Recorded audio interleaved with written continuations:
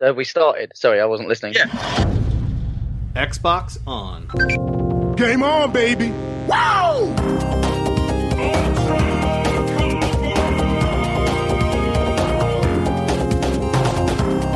Don't make a girl a promise you can't keep. Let's do this. Hello and welcome to the Party Chat Podcast, the official podcast of the Xbox One subreddit.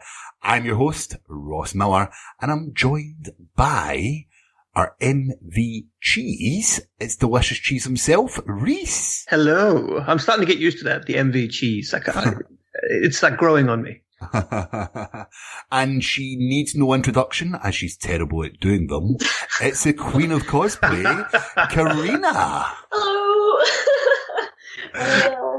That was savage, man. Yeah, it was. I cringe every time. It's okay. So later on this episode, we welcome back Rhea for the final interview before the game releases next week. But before we get to that, we usually start this podcast with what we have been playing. And I'm going to start with you, Carina. I've been playing all sorts. What have I been playing? Deep Rock. I played a bit more Deep Rock. Really enjoying the game. A lot of fun for streaming purposes, just because, like I mentioned last week, the amount of times when it's normally when you're in the worst spot ever, everyone just spawns loads of dreadnoughts and it goes crazy, and it's just a bit of fun, really, as long as you don't take it too seriously. It's a really, really fun game. But I mentioned, most of it last week's podcast. On top of that, same old PUBG, as always. I still can't get away from that game. It's a bit scary how much I spend on there. Too much time. And also tried out Fortnite's new 20. They've got a 20v20 mode. I tried that out. That's quite intense, actually, because if you don't land correctly, and you don't get a weapon within the first 5 seconds, you're screwed. You'll just die. And obviously you're in teams, but it's just every man for themselves still. And it's safe to say I feel very badly at that game. Very, very badly at the 20v20 mode. Playing Fortnite, though, don't you know that it's going to turn you into a violent and antisocial individual? Oh, I forget. That meant to make me want to shoot people or whatever it is nowadays. Yeah. Mm-hmm. I don't know. I might go around hiding in a bush, but Fortnite causes Carina to hide in shrubberies. That sounds really creepy. Yeah. Somehow we talk about you and your bush fetish in Fortnite every time it comes up, and somehow we manage to make it weirder every time. Bushwookie life. That's what it is. But apart from there, what else? I feel like I played Tomb Raiders again, but I think that's last week. And I also tried another Idea Xbox game, so I tried the Portal Bridge Constructor. Portal Bridge Constructor? Yeah, there we go. Basically, I'm quite a big fan of Portal in general, so, to have a kind of side game sequel or prequel to it was quite nice. I got very frustrated with it. You play a test subject and you've got to fix bridges from one side to another, but obviously it's not as simple as that because you've got GLaDOS and you've got to get these test objects in cars across bridges, but obviously there's obstacles in your way, there's the turrets, there's the horrible acid goo, you've got to get the right portals or else they just send you going flying into acid, and it's safe to say I killed a lot of test subjects in the process of trying out the levels. But obviously in GLaDOS style. But no, it's very, very Portal-esque, obviously, but it's really fun. It was really, really fun to play. What levels did I go to? I think I got past 10, but I've heard there's 50, 60 plus levels. I've got loads to still do. Unfortunately, I just got really frustrated because my bridge kept collapsing because I found out I'm really bad at making bridges, and I don't think that I need to make bridges. I don't know how I'd make bridges in real life, but I'm really bad at it anyway. But no, that was a really, really nice game to try out, actually. And the GLaDOS still has the savage one-liners.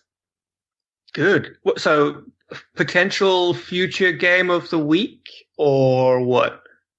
You think it's good enough for game of the week? Maybe. If you're into... I think it's good, and I think it's more addictive. Like, it's one of those that you want to keep going, keep playing, keep trying something else, and you want to get the level finished. Definitely an addicted game. So yeah, I'd say it could be a potential game of the week. Oh, What about you, Rhys? well, I played quite a few games this week. Actually, I got a few new ones. I played Turok 1 and 2, and I have to say that Turok 1 has not aged well at all.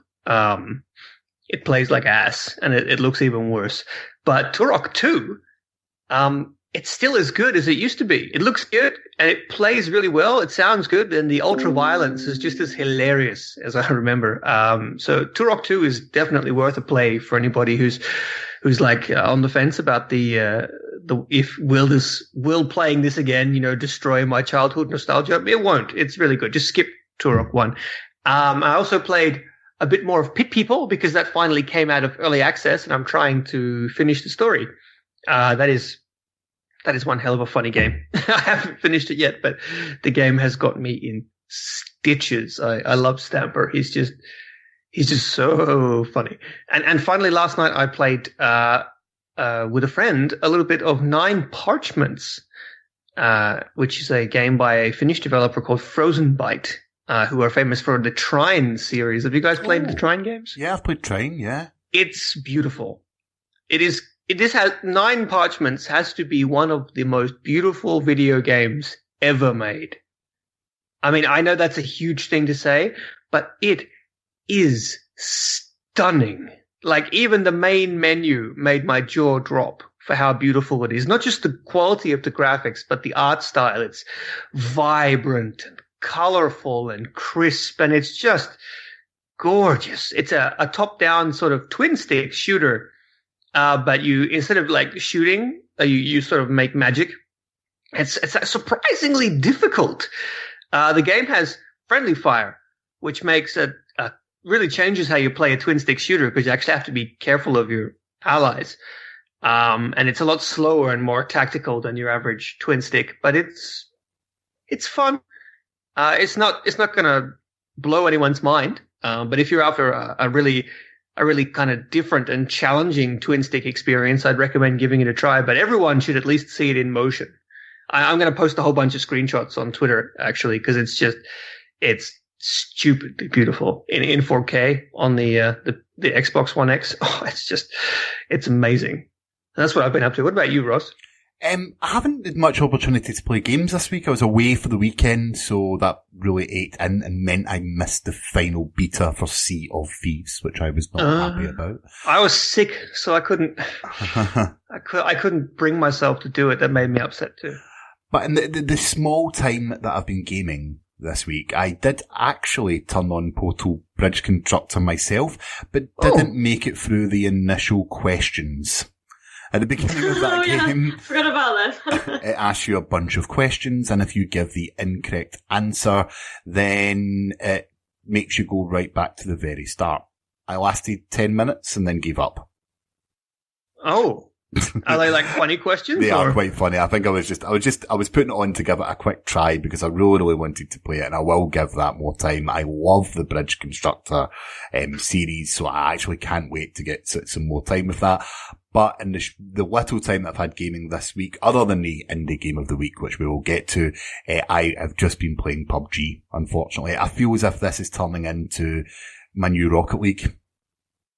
That much? Yeah. I've decided that I'm not very good at the game. I'm really not. When I look at some of the people that I play with and the way that they play, I've got a lot to learn, and I think that's just down to I haven't had enough time to really sit down and learn it all. Plus, also, it's when you're in a firefight, that's the only time you've got to learn PUBG, is learn how to shoot, learn what to do in that close scenario. So you have to keep on playing it to just even get the confidence up to approach gunfights in a way that you are confident enough that you can take down the opposing member of the team. And 9 times out of 10, when I kill someone, it is just luck. I mean, why didn't you take the patented Uncle Jesse method and play for a couple hours and just land in like the busiest place you can find and just like get like half a dozen kills and then get slaughtered and have like a 5-minute match and then just jump back into another one until you're like familiar with the guns. Because I like stats. More win-loss ratio. Well, I keep on going on about this. I streamed with the Xbox ambassadors a few weeks ago. And in the games that we played on North American servers. So when I load up my stats for the North American servers, I played 4 games, 3 of which I finished in the top 10, and 1 was a chicken dinner. Mm-hmm. So I've got 100% in the top 10 in my North American server, and I keep on looking at it and feeling really, really proud. Whereas in reality, I had nothing to do in those games. But no, I didn't want to say anything. Yeah. Other than that, this week I have been playing Darkest Dungeon, which is this week's Party Chat podcast Indie Game of the Week.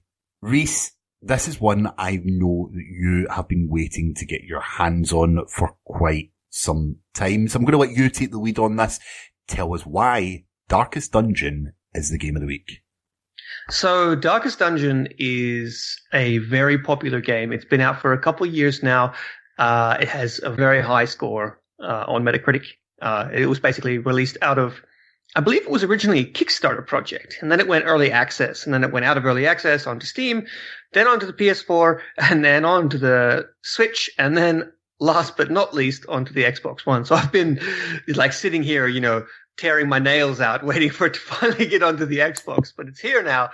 And it is how do you describe Darkest Dungeon? It's basically a classical sort of roguelike game, but it also has like the sort of classic 2D turn-based combat, a bit like the old Final Fantasy series, mixed with a really sort of atmospheric, very gothic and Lovecraftian and oppressive atmosphere, and a lot of like stat building, and like I say, it's got this really tactical and roguelike element because you will die over and over and over again. Your characters, they literally go insane. That's Darkest Dungeon, and so I love stuff like this and couldn't wait to give it a try. And obviously I've been playing it.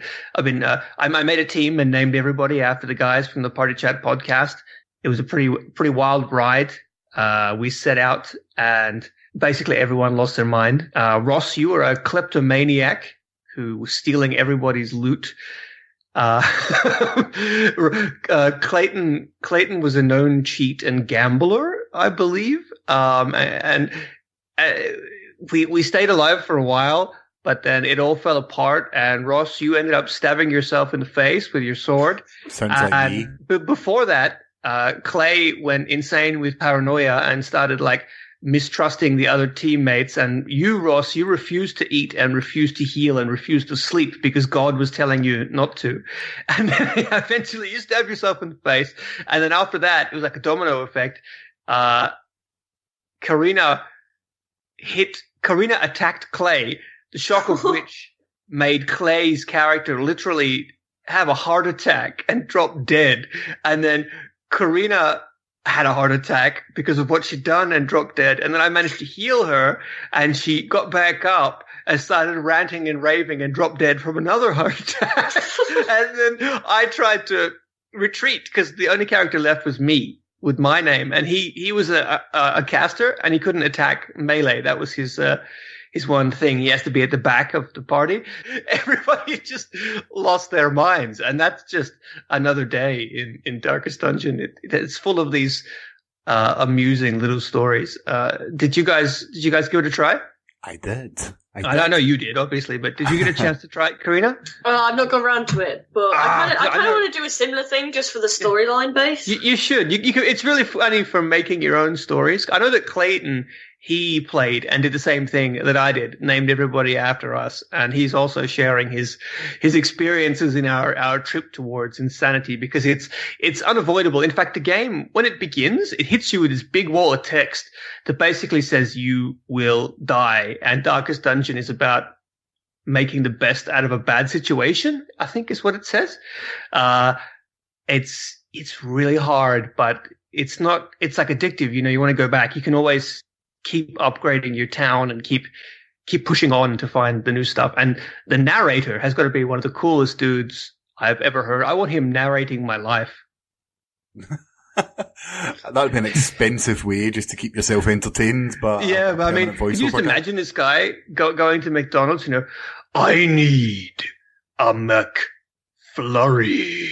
Like, he's got this really deep gothic voice. What did you think of it, Ross? Well, look, I started it and you have hyped this game up for as long as I've known you, basically, right?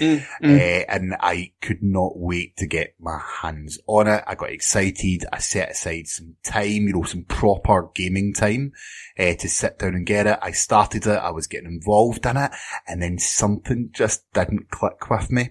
Now, there is nothing wrong with the game. I think it's more down to me. I just couldn't continue. I've got no desire to continue with it. I see. Did you lose? Did you die and wipe? No, or did you just get bored halfway? I've just get slightly bored with it. And as I said, I think this is more of a reflection on me and maybe not being my type of game. I don't know if this is a game for everyone. I think the mechanic and everything was absolutely amazing. I love the narrator. There is so many positives I can take from the game. And as I said, it's nothing to do with the game itself. It is solely down to me. It's just not for me. Well, I mean, it's for anyone who doesn't know, who hasn't actually seen the game, and I was sort of trying to explain the mechanics. I didn't really explain how the game looks and plays because you don't really do anything. You just select from menus.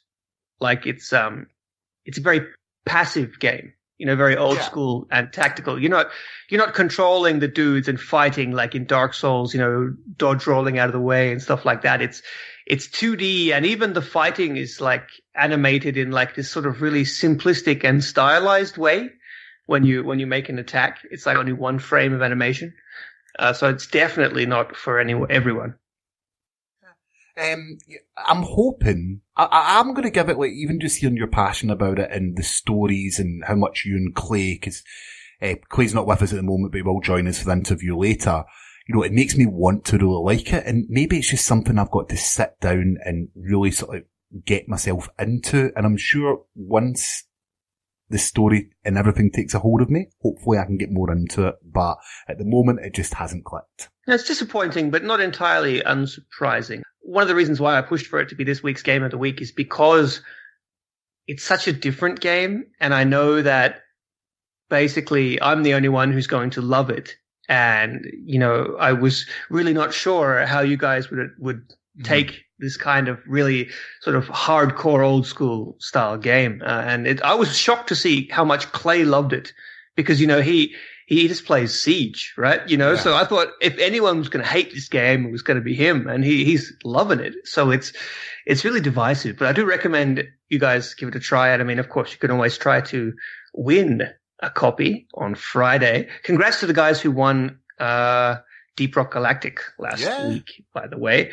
I hope you guys are enjoying it. Yep, so check out our Twitter feed at PartyChatPod on Friday to have a chance to win one of 2 copies of this week's Game of the Week, Darkest Dungeon. But you know what, Ross? I think maybe it's time we get to the interview. Why the hell not? Xbox Snap This Week's Interview. All right, everybody, welcome to this week's interview. As promised, we have guys from Rare, or guys and gals, I should say, back again to talk about Sea of Thieves, because it's 1 week to release. Less than 1 week. By the time you hear this, it's only going to be 4 whole days. Everybody is very excited. Joining us, we have Emma Bridle. Say hi, Emma. Hello. Emma is the engagement manager. You're supposed to say hi, Emma. You just said hello. Hi, Emma. Yeah, exactly. And we've got Joe Neat, the executive producer. Hello, everyone. And someone new who we haven't had on the podcast before is Shelley Preston, who is the senior designer. Hello, Shelley. Ahoy. Welcome. See, it's got to be pirates. You did Why say hello and not theme it to pirates? So I'm supposed to actually do the whole welcome spiel, but 1 more week, guys. I don't know what noise to make. That was pretty good. Yeah. And excited and just all the things. Oh, it's exciting stuff. But as I said before, we've had Joe and Emma on before many times, and this is Shelley's first time. So, like I said, welcome to the podcast. But for those who have never, those weird people who don't actually listen to the Party Chat podcast that often, who are unfamiliar with you, how about we go around the table and you guys actually just introduce yourself? Well, you already have, but say basically what it is that you do at Rare. I'll start with you, Emma. Hi, I'm Emma Bridle. I'm the engagement manager at Rare, which means I look after the community team. So if you have tweeted us, posted on our Facebook pages, been in our forums, it's my team that are getting back to you and passing on all your feedback and hopefully entertaining you at the same time. Nice. And Joe? So I'm the executive producer on Sea of Thieves. Been on it since the start and really responsible for just the overall direction of the project, really. Everything and nothing at the same time. Everyone else does all of the work, and but I just kind of make sure that we've got the right vision. That our plans fit into our time frames, fit into our budget, and everything else, and that that we ultimately deliver the game that our players expect. And that's really my role. You're the one holding the discipline stick. Whoa! It's a bit early. We've gone straight into that kind of podcast. And finally, Shelley. I'm Shelley Preston. I'm a senior designer, and I'm part of the design team here at Rare. So essentially, we just are responsible for creating the vision for Sea of Thieves and then caretaking that vision all the way right from its early inception through to what people are going to play in 4 days' time. That is going to be awesome. On a scale of 1 to holy crap, just how excited are you guys for next week's release? 50 billion trillion million. How many years has it been? It's been since we started as a really small team. It's been just coming up to 4 years, so it's been a long time. It's been a long voyage. But it's really exciting. Ross was happy with that one. Nice. Because we began just with a very, very small team, didn't we? With just post-its on walls and just coming up with the idea. And I think the first time we had the prototype in a state that we were like, this is the game experience at Sea of Thieves. That was about 3.5 years ago, wasn't it? So, it took about 5-6 months of a super small team just kind of coming up with that vision and then proving out the gameplay in very rough and ready form. No offense to Shelley's wonderful modeling and it techniques. Was wonderful. In the game. So, but now, you've basically been developing this game in a kind of soft early access with the Insider program in tandem with the fans for several years now, it feels like. That's something... A year and a bit. A year and a bit. There you go. This is something that you never see in AAA games. Do you guys think it's made Sea of Thieves a better game for it? Absolutely. Yes. Yes. But it really has. I think for multiple reasons. Right. One. It's a shared world game that you have to test in the real world, right? Yeah. And we have our, I guess, expectations of the features that we work on, right? And what we think's going to happen, but we're never really sure because are we role playing in the studio because we know how we've designed it and we're playing in the right way, and so you're testing stuff out and assessing player behaviors, right? Yeah, I think like Joe says, you can only do so much when there's a studio of you here, even with 100+ people playing. It's not quite the same as putting it out there and really seeing what people do and being surprised by what people do. And are people going to do the things that we hope they're going to do? Are they going to break those expectations and do things we never dreamed of? And both in ways where they're breaking stuff that we didn't expect to break and we need to fix it, and just finding stuff awesome that we weren't necessarily always 100% sure how certain things were going to go down, but we put them out there, like the gunpowder barrel being an example. Like we were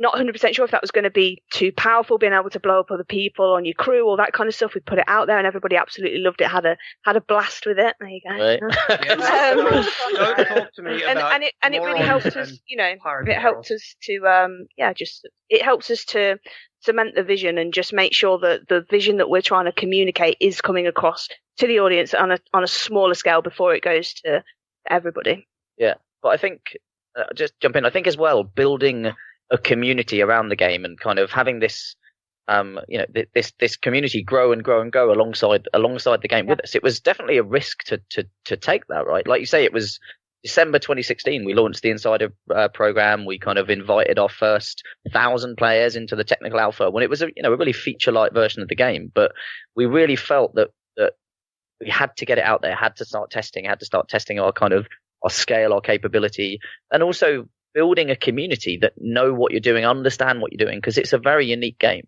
right? And so, and as we know, and as Emma knows very, very well, we can't be everywhere answering questions all the time in every single channel, and so you have to educate your community to help answer those questions. Whether that's the deckhands that manage our forums and the clubs and everything else, or everyone else in the community that is out there on Discord and Twitter and everything else, kind of, helping get the message out about what Sea of Thieves is and what we want it to be. I think as well, like creatively, because we've always known we want Sea of Thieves to be a game that doesn't just launch and then that's it. We continue updating it. We keep, providing the game as a service. So creatively, for us to get in the mindset of letting people see the game before it's finished, although it's never finished now for us, and letting people see elements of the game as and when we build them, and then just adding to that. That's creatively been a challenge creatively to like kind of let go and let people see things in that kind of early way. But it's been something that's been really good for us and held us in good stead for the future as well, I think. Yeah, and I remember sitting down with Joe when this was really sort of at the beginning of things, and Joe saying, we're going to be really open, we're going to be really transparent with how we're doing this. When we say we're building a community, we absolutely mean it. And it's a completely different way of doing things for us. And we're going, okay, we'll see how it goes. But we've got some people in our community that have been with us basically from the very first moment we announced it, and they're still with us. And that's something that's really special. And we're seeing new people all the time. This is a game I think that a lot of people have been waiting for. A lot of people say, this is the game I always wanted. They write us their wish lists. We put things out there. It's things that they say, I never knew I wanted this, but this is perfect. Like the shooting yourself out of a cannon, for example. Although some people didn't like that initially. But yeah. They were wrong. I feel like there's some backstory. Yeah. My favourite thing is actually shooting Rhys from a cannon constantly. If I could just do that. Real life game, I don't mind, but yeah. So people going, it's silly. I don't see the point. Where's the fun in that? And then they tried it. Their minds were changed. And, I think that's kind of the thing with Sea of Thieves. Like some of it, it's not really always the kind of game that you can just see a trailer or see a moment of. You really you get an idea of it when you play it or you watch it on Twitch, and you really understand how all these moments come together. Not any one thing in isolation. It's not just being able to fire yourself out of a cannon. It's the moment where you fired yourself out of a cannon in a storm, landed on another ship, and then stole their treasure, or fired yourself out of a cannon, hit into the side of an island, and died spectacularly, and everyone on your crew was laughing. It's all the moments coming together, and I think that's what's unique about Sea of Thieves, and that's why it's not about any one element. Yeah. All the time that you're playing with Emma here, and she fires herself out of a cannon and flies completely over the island and lands in the water on the other side. Every time. And you mentioned gunpowder barrels as well earlier. And the first time I played it, I was actually streaming with Rhys and Ross and just decided to see what would happen if I shot it, and I killed them. I still get blamed for that. I don't know. I just wanted to see. They were going, "Don't shoot it." I was like, but it's so tempting. Yeah, it was so powerful. It actually cut my stream off for a bit. I disappeared completely. So, guys, despite being so open with the game development, is there still a lot of surprises or behind the scenes that you'll be waiting for on launch day? There's still a few little things that we haven't shown off yet that are still going to be coming, right? Just trying to think about when this goes out. Yeah, but there's always going to be stuff for players to discover in there, right? Yeah. It's a lot of the little lore stuff that we've hidden around and everything. And there's a lot of stuff that's already there if you just look beyond the immediate that people are discovering, which is really cool. But there's a lot of stuff buried there. There's a lot of like Joe, a lot of backstory. And it's not just what's going to be there as well. It's what we're going to add over time. We're going to keep adding things, or maybe we won't always tell you exactly what we've added. Maybe we'll surprise you along the way as well. I'm getting surprised all the time because I'll be playing with people and they go, "Oh, come over here. Have you seen this?" And it's sometimes little details that the art team have snuck in that haven't necessarily been going around in our internal updates that just sort of pop up here and there. There's always stuff to find. Chicken Pirate Lords?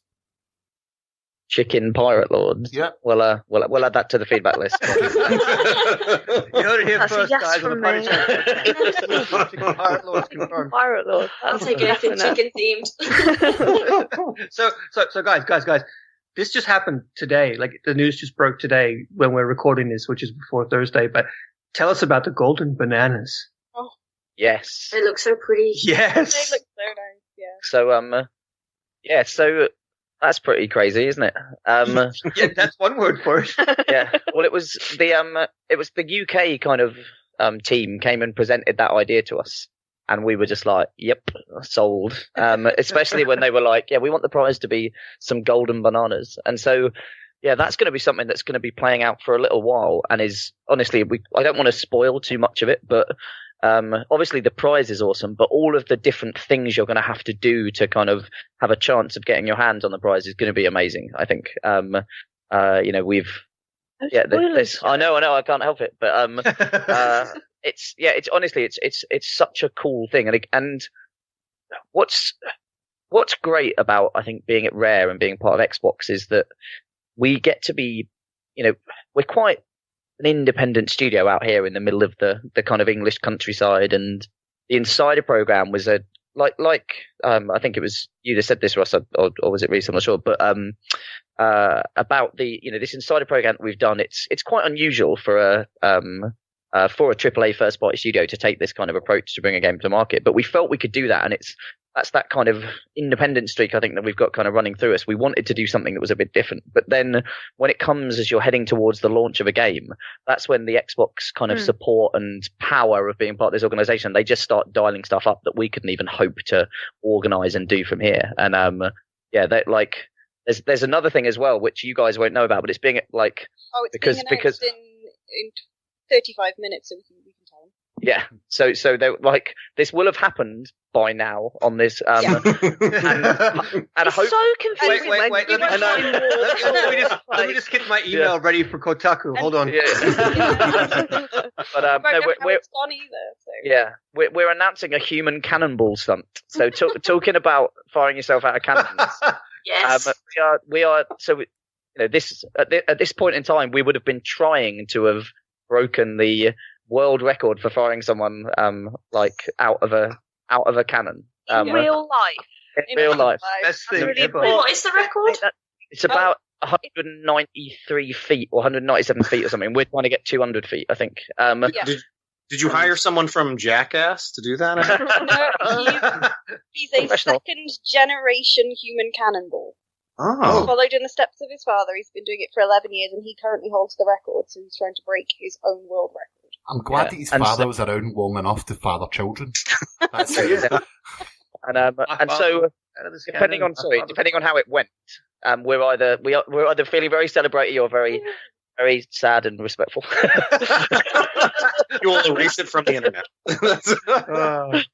So if you could edit this appropriately when we'll just keep talking about 20,000 pound bananas. Yeah, but there's going to be all sorts of stuff like this. The golden banana stuff, the human cannonball. There's more stuff coming, and there's genuinely, again, I can't leak this thing, but one of the things we're doing, kind of trailer wise, launch wise, and stuff. One of the things we've managed to pull off is genuinely incredible and really harks back to the spirit of our team and studio. Can you tell me what that is after the finish? I think I know. I want to know now. I don't know. Yeah. But no, there's something that I think I think a lot of people will smile when they see it. And yeah, they'll get some good little fun out of it, I think. But I won't spoil it because I will get in a ton of trouble if I. But there'll be stuff going on all over the world as well. Oh yeah. So yeah, keep an eye out where you are. So speaking of your excellent team there at Rare, we've heard rumors that everyone has been somehow inserted in the game. Are you able to tell us who you all are inside the game, or is it a hunt that we must find? So all of the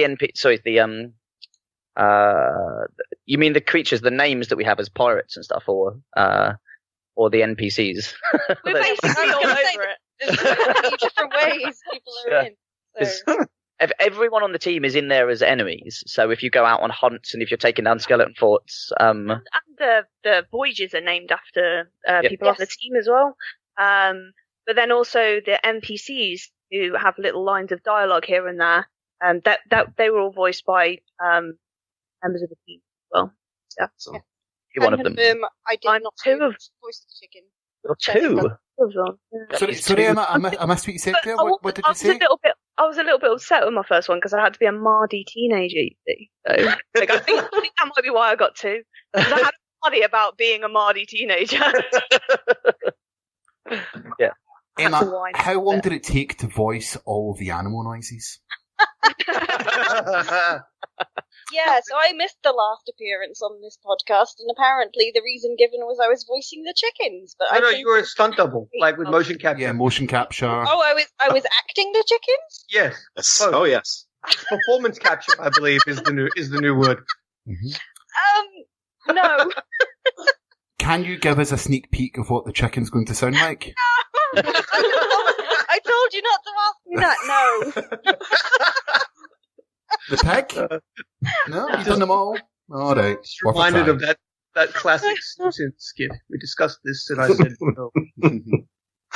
So I do have a technical question for you guys. I just recently got a really nice pair of gaming headphones that have Dolby Atmos support, and I heard rumors that Sea of Thieves will support it. Can you tell the folks that are listening a little bit about that? We will be, but it will be coming a little bit after launch. So it won't be directly at launch, unfortunately. But yeah, so that will be coming a little bit after launch. It didn't quite make our cut for the final version, sadly, but, well, not final, the launch version. But, so that will be coming slightly after launch. When it comes to technically describing it, I'm way out of my depth there. Yeah, we had the sound guys on before. We should have asked them. Yeah. So, yeah, apologies for really inadequate though. Like, we had the sound of, should we just leave? Yeah. There will be noises. All around. Really good. Yeah. Exactly. Emma's pig noises will sound like they. Oh my god! 7D pig noises.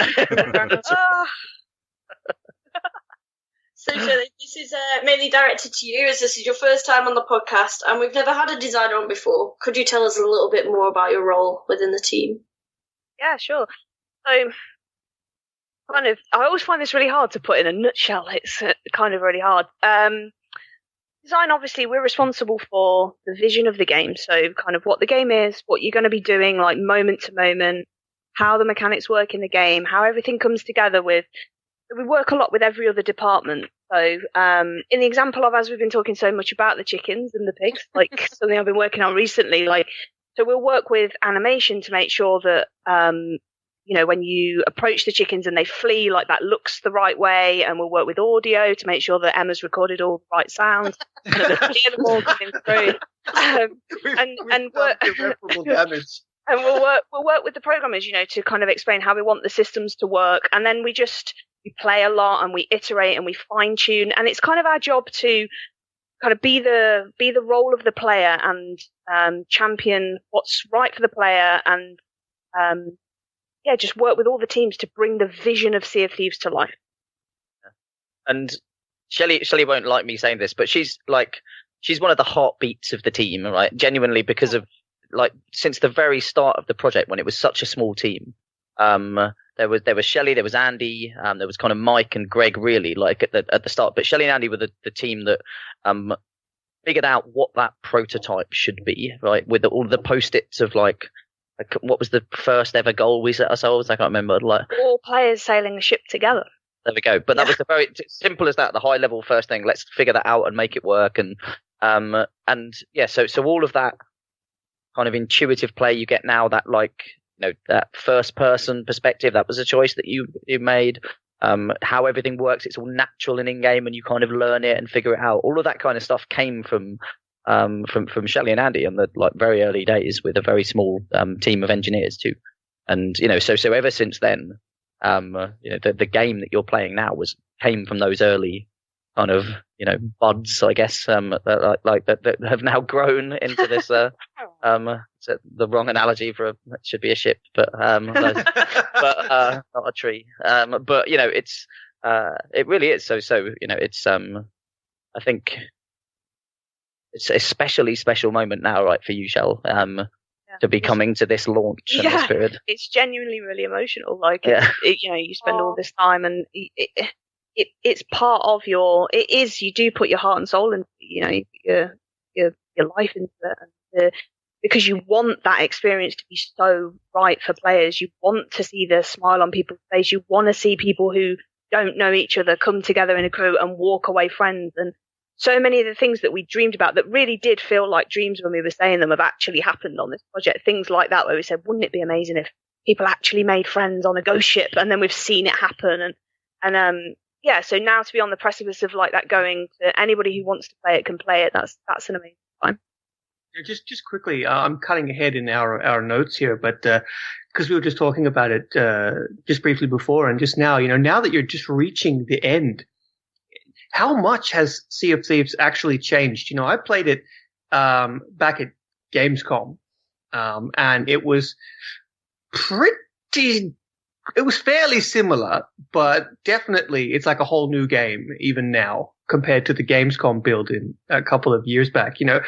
Would you recognize the early build, like the earliest of builds against the new game? Like, would you recognize them still as Sea of Thieves, or has it evolved so much? I think you absolutely would. Obviously, then there are differences, of course, but everything that the core feel and the core mechanics and the core way everything works and interacts together, that kind of identity of what Sea of Thieves is, which when you begin making a game, it starts to, you make those decisions, but then the game starts kind of having its own identity, and you start to just know what's right for that game. And that was present really, really early on Sea of Thieves, and that strong identity has stayed throughout, but we've just added more to it, and it's grown and evolved like over that time.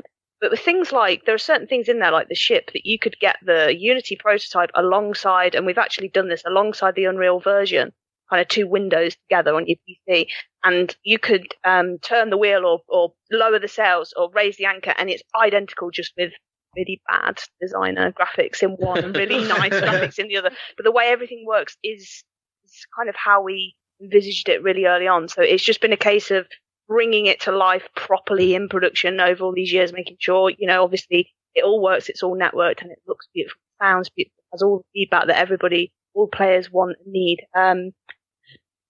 I think the heart of it's been there all the way through.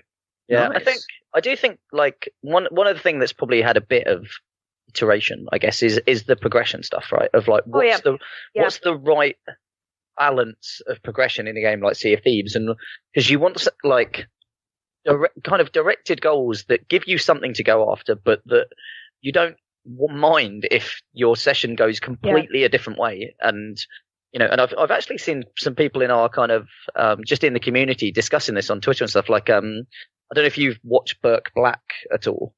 He's a Twitch streamer, and basically he's a pirate Twitch streamer. And so like when it came to like our target audience and Burke Black, they were basically, the Venn diagram is a circle, right? And and he is genuinely brilliant to watch. And he was kind of going like, are we going to play the same in once progression matters, like in like just messing around and having fun and not feeling too precious about what happens in a session and what you get and what you earn and stuff, versus when it's for real, are people going to start behaving a bit differently? But we've always designed that progression system to give you just enough of a goal, and also that loss doesn't feel too bad and everything, and there's always opportunities to find stuff in the world, and like we want people to still have fun and make friends, and when they approach other people, what you get out of a session doesn't just have to be some numbers, right? It can be a great story, a great memory, a great moment. And so I think that's what's unique about Sea of Thieves as well, right?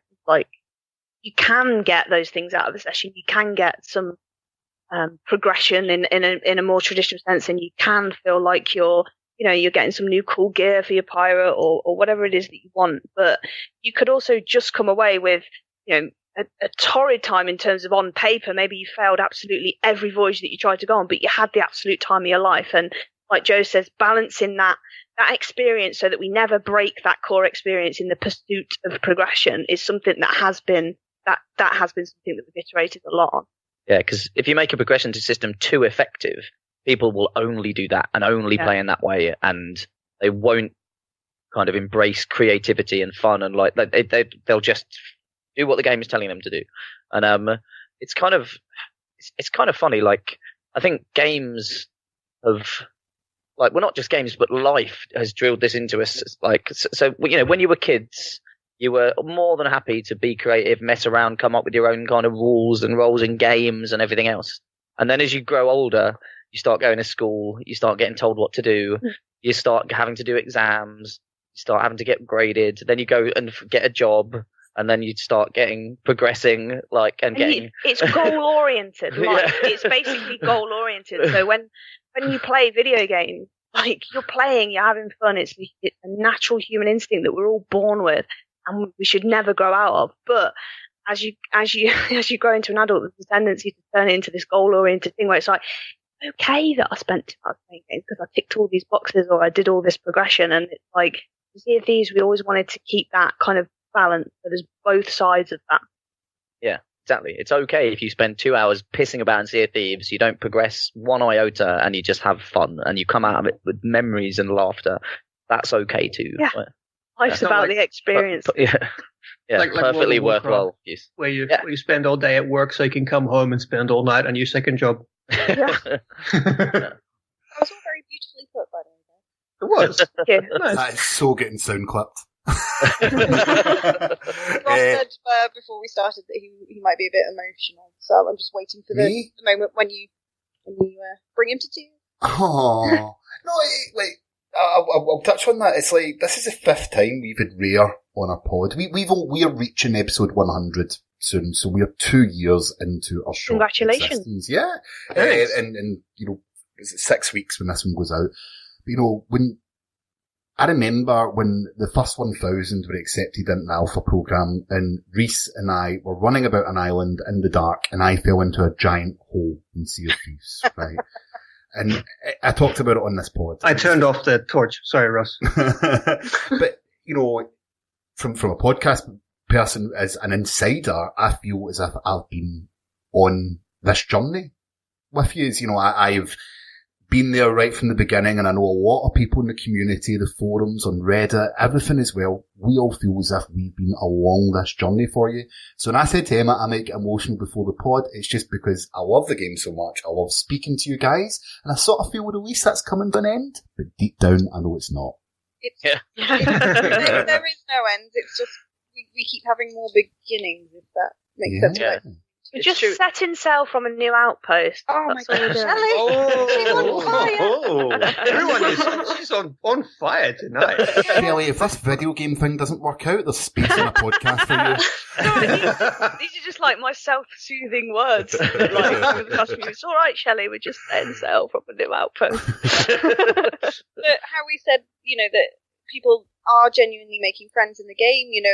We, as a studio, and me personally, came to you guys when Sea of Thieves was announced, and so, we've made friends. Yep. I've witnessed people who've flown in from other countries just to meet each other because they made friends because of Sea of Thieves, and I've been able to witness that, and it's really amazing, and I get drunk in a bar in Birmingham with Joe. There you go. I flew to the UK so that I could come and harass you at your office. Yeah, Rhys has been in to visit us, Carina's been in to visit us, Ross has been in to visit us. Play now. Just so you know, Ross, that's not a particularly exclusive list, by the way, just so you know. What was that, sorry? I said, just so you know, that's not a particularly exclusive list that you're on there. I thought it was just you and me. Was there other people there? Oh, no, okay. Don't take that away from me. No, back to the questions. Anyway, last weekend was the final beta before release. What I want to know is, did you all secretly log into your hidden little Xbox Live accounts just so you could play with some random people and see what they could do? Well, yeah, like I always do that. I don't do it that secretly. Like, so if people come know your gamer tag, then they can find you and stuff. But yeah, luckily no one really does know, like, at least my gamer tag. So yeah, you just jump in and play and have fun. But it was funny because well, not funny, quite sadly, but I jumped in and there was a crew in the middle of a skeleton fort, and so I jumped in and helped them, and then I managed to kind of kill the kind of captain at the end by running towards him with a explosive barrel while someone shot it. And then, so I died and was on the ghost ship, and then I just saw in text chat, so someone was obviously playing on PC because they typed into the chat, and they were just like, I've just opened it and it's empty. And I was like, oh yeah, that's fuck. So I just quietly quit out of shame. It's a shame quit. It was just one of the bugs that we didn't realize was in there, and it stopped. People started discovering it after a number of hours of the final beta itself. And so in that perspective, it was great because we learned a thing and we fixed for launch. But to put in the skeleton forts, which are super hard and challenging, and they're like and then you get that euphoric moment, you beat it, you get the key, and you go and stick it in the door, and you open the door, and then it's fucking empty, and it's like, yeah. Someone tweeted me saying that they just, like, him and his friends just stood there like open mouth for like 3 whole minutes, and Joe just very quietly just backs away, and backing out the door, just backing away. Don't make eye contact. Wait, we're supposed to have something in there after you finish? Yeah, so I got a lot of tweets saying, "Are you trolling us?" So yeah, we're obviously very apologetic about that for players that experience that, because I know how frustrating that is. But yeah, it's helped us. We've learned and we fixed it, right? Yeah. So. Have they ever thrown you in the brig? I've never been thrown in the brig, actually. And no, because we've heard this is a problem, and we've witnessed it, and we're looking into we've got some plans in terms of things we want to do to help address it,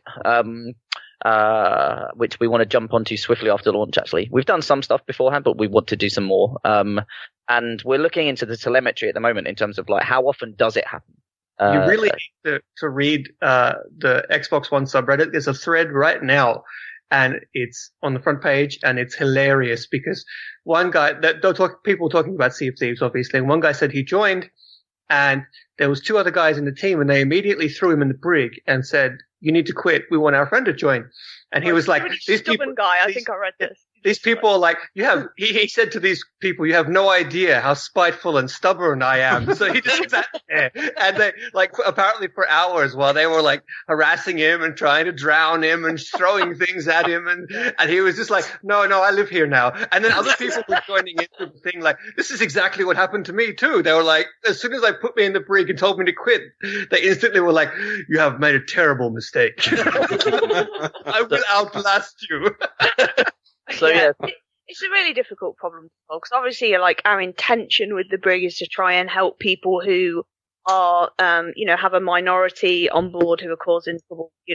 3 people can outvote one person who's causing trouble, but there's no way to detect that they're causing trouble or not, which is kind of why we have the brig mechanic in the first place, to put the power in the player's hands. But as we've seen, it can be abused, which is, it's a shame. It's something that we're not happy about, and we're going to work on, improving that where we can.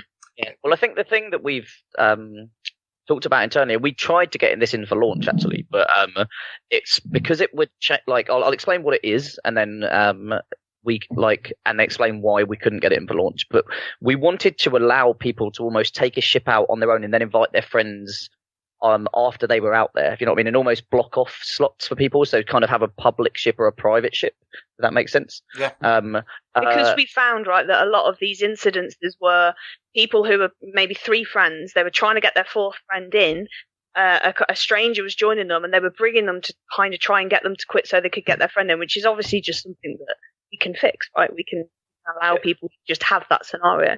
Yeah. So, but the reason we didn't want to make a change like that so close to launch is because it would affect like how many people are on each crew, how many are on each world, and all of that stuff kind of is part of our servers, our capabilities, and all of the stuff that we've been working on for months.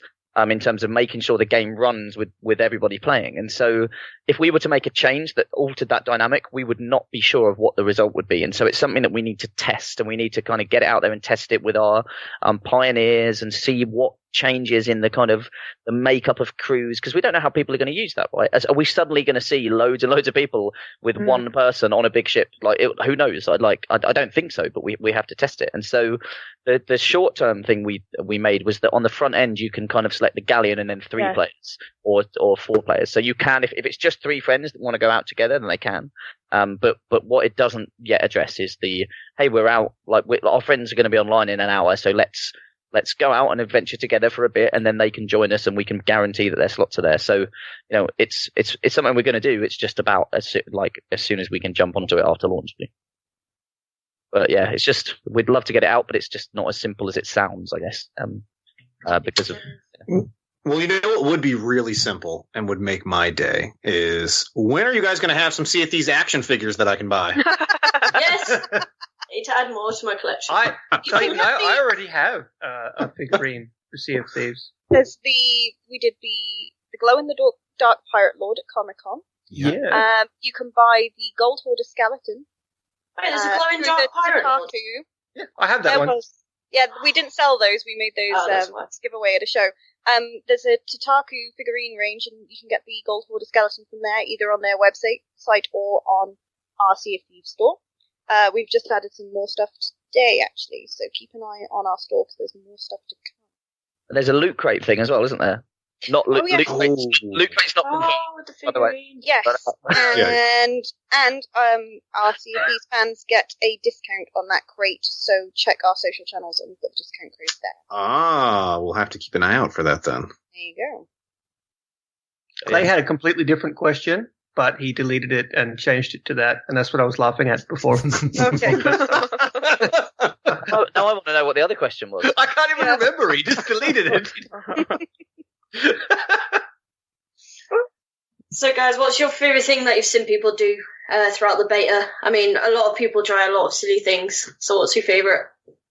I actually really like the female streamer who shot herself out of a cannon and landed in the doorway of the tavern.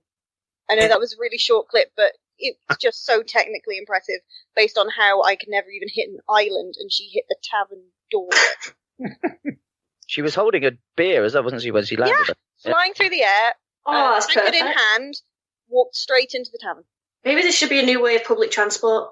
Absolutely. Cannons. Cannons to work. Let's get Dave on that, Joe. Saw a really cool one over the weekend. I think it was from Final Beta, where, I don't know if you saw this one, where there was a small ship, a sloop in the storm, and they were kind of going down the crest of the wave, and a galleon caught the wave and literally went over the top of them without damaging them. They just kind of yeah. It's amazing. I've not seen that. Yeah, at all. I didn't even know it was possible. Like, No, Greg I didn't told know me, that. Greg told me about it. I was like, is that possible? And then I watched it, and yeah, that's one of the best things I've ever seen. That's all. Although I assume it was completely unintentional and it just happened, but it was really cool. Now known as jumping the sloop. Yeah. Yeah, exactly. And my one was the crew that basically went and collected about 1 million cages or crates for the creatures, and because I don't know if you've seen, they have this little glint on them that they light up to so if you lose one on an island you can find it and stuff, but they all glint in unison. Oh, have we changed that now? Oh, Shelley. Yeah. Shelley just like she's made it so creative. Unchange it. But basically somebody got so many of these that they then spelt out Sea of Thieves in crates on a beach, and there's a gif of them all glinting, so they all glint at once. Really cool. So it looks like a crystal, like a neon sign, but not. We're on the Vegas Strip, and it's just, But it was so good, and the amount of time it takes to drop a crate and get it to land in the right place. Yeah. So that you can line It's things just up. really creative as well. It's something we Yeah, never thought of. But don't worry, you can still do it with the artifact, and they'll be gold glint, so it's even better. Shinier. You guys, But, the most popular one on the subreddit was easily, I don't know if you guys managed to catch it, but it's a very short GIF of there's a guy on a ship, and he turns and there's another ship like just parked right next to them, and he runs over and fires the cannon, and the ship that he shoots at flies up into the air over the top of his ship and lands on the other side of his ship, like completely dodged him. Is that real? Yeah, it's a glitch, and Yeah. it's just I was gonna the say, timing. it- It that- just It's the completely broken. That's actually the Kraken, isn't it, when that happens? Oh yeah. Yeah. Oh yeah. Not a glitch. Not a glitch. Just getting a little nudge. That's actually the final functionality for the Kraken. Is just when That's right. the boats fly Trolling. randomly across the sky. Yeah, that is the Kraken. It's just when it's We worked super hard on that. Yeah. Legendary draw. I've not seen that video. I will check it out. It's great. I recommend it. But guys, that's basically all the time that we have for you on this week's episode. We are super excited to get our hands on the game. Next week, it's going to be available for everybody on Thursday. Sorry, not Thursday. Tuesday. Tuesday. Extra couple of days. Yeah. No, it's this Thursday. Yes. So look forward to that. Good luck, guys. Thank you. Oh, and gonna Rhys, be exciting. when this comes out, Shelley and Joe actually, and some other people will be doing a Reddit AMA on the Xbox One subreddit. So that's Yes! Friday. You stole my plug. I was kidding. Sorry. But yeah, make sure you guys tune in. It's going to be at 3 p.m. It's 3 p.m. GMT and 11 a.m. Eastern US time, and it's going to be really, really cool. And I promise not to tweet the wrong thing again, like I did this morning. I missed that. I accidentally. Apparently, you guys call your forum moderators deckhands, and I didn't know that, and I thought I was yes. being really clever and making a pun. Oh, okay. Mm. Oh, so you thought you told the deckhands they were doing an AMA by mistake. Yeah. It's keeping them on their toes. But yeah, thanks so much for joining us, guys. Again, you've been on many times before, Emma and Joe, so thanks for joining us again. And it was so nice to have you for the very first time, Shelley. Hopefully not the last. Thank you very much. And yeah, just good luck. Thank you very Well, much. thanks, guys. Thank you. Yeah. Always a pleasure, guys. And and we'll see you out there on the seas. Yeah. So thank you, Shelley, Emma, and Joe for joining us. We can't wait to get a hold of the game on Tuesday, finally. And I just know I'm not going to be able to put this down. I've been waiting so long for Sea of Thieves to come out. It's now almost the time to actually play it. I just can't wait. I'm pretty sure there's only one game that anyone's going to be playing next week, and that's Sea of Thieves. Exactly. But we sort of alluded to it on the podcast. They are coming to the subreddit for an AMA. Rhys, do you want to give some details on that? Yeah, sure. So if you didn't catch what we were saying, and basically we were just sort of arguing amongst ourselves during the pod, but this Friday, the 16th of March, we're going to have the AMA.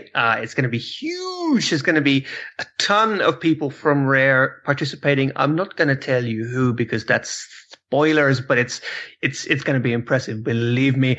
And that AMA is going to be taking place at 3 p.m. GMT. That's British time, and 11 a.m. in the States if you live on the East. I don't know what that is Pacific time, but basically just come to the subreddit that day and ask as many Sea of Thieves and pirate related questions as you can. And you may or may not notice a shiny new coat of paint on the subreddit as well. We're doing a theme, and I think this is going to be, in fact, I know that this is our best work yet when it comes to themes.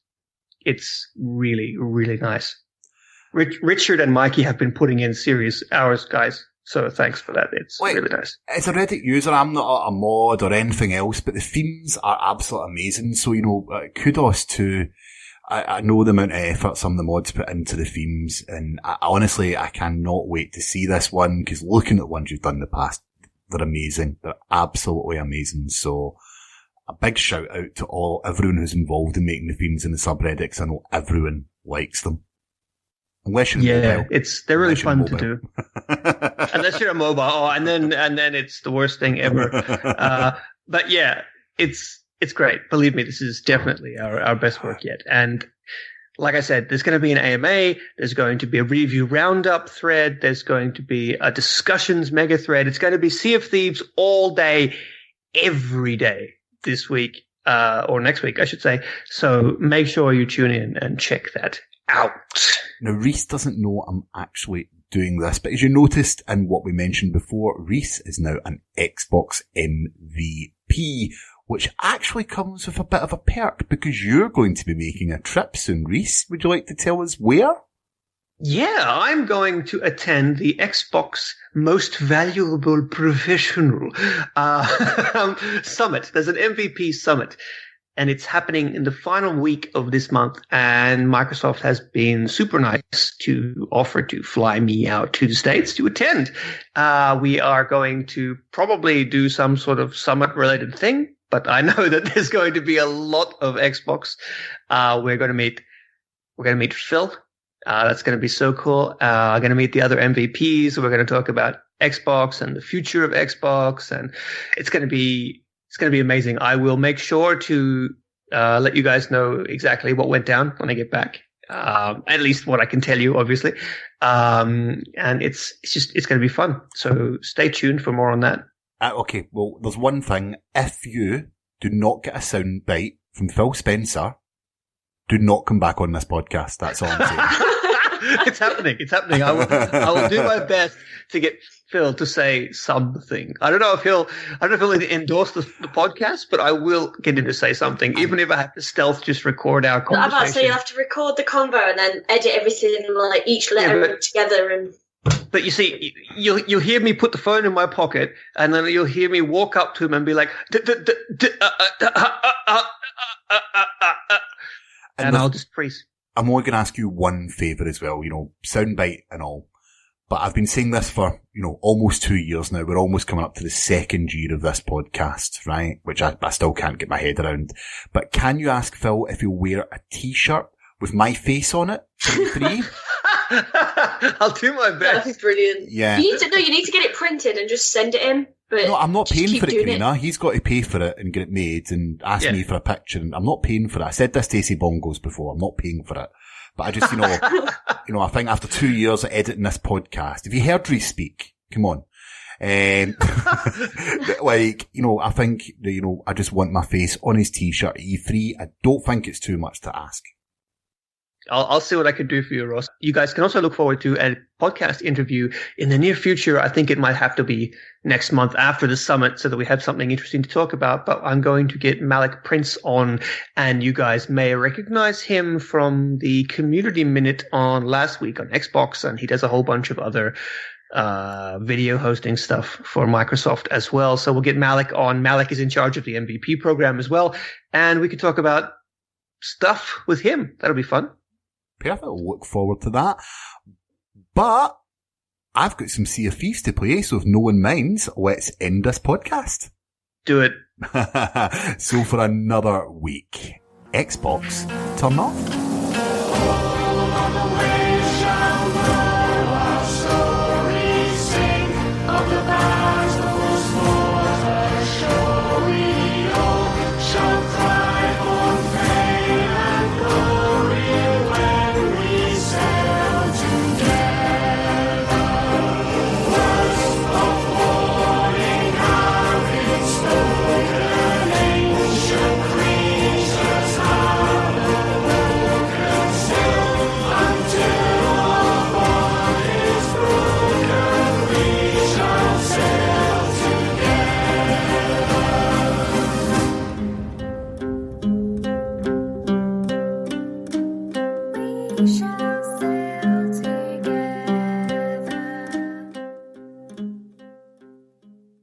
Guys, do you want to wish Rare any well wishes?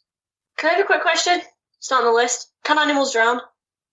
Yes. Sadly. Oh man, I so need to drown a chicken. Oh, wait, you so need to drown a chicken? No, Is that what you Oh my god, Carina! No, really? No, I nearly drowned my chicken. It's Joe's fault. Joe jinxed it. Yeah, I nearly I picked up the wrong chicken, and there's only one way to change your chicken, and it's not very nice. So, R.I.P. What did we call it? Nuggets. I think we call it nuggets. We've had all sorts of names. We had Hamilton the First for a pig. We've had Calvin's my companion. We've had Chester's. We had Wheezy. One was called Select because I was eating McDonald's at the time during stream, so we called it Chicken Select. Oh. And then Nuggets was the one that died. Making me sad as a You vegetarian. legit eating McDonald's during a stream? Yeah, well, I'm allowed to eat lunch. Have you never seen Carina's stream? There's not a point throughout the stream that she's not eating. How she's so slim, I do not know. I know. I was going to say, I think Carina, out of everyone, is the best shape out of all four of us on this podcast. Speak for yourself, man. I'm gorgeous. Well, you might have the best hair out of it. Yes, that's fair.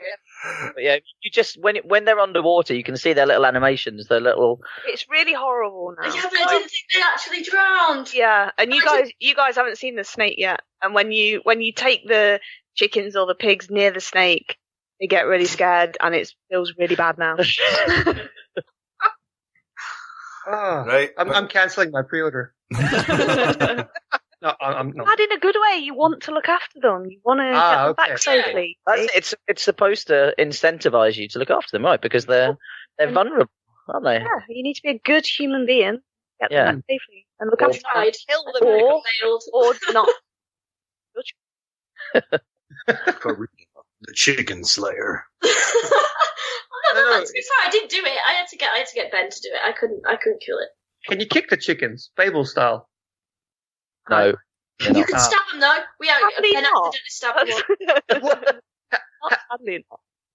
This conversation is getting really weird.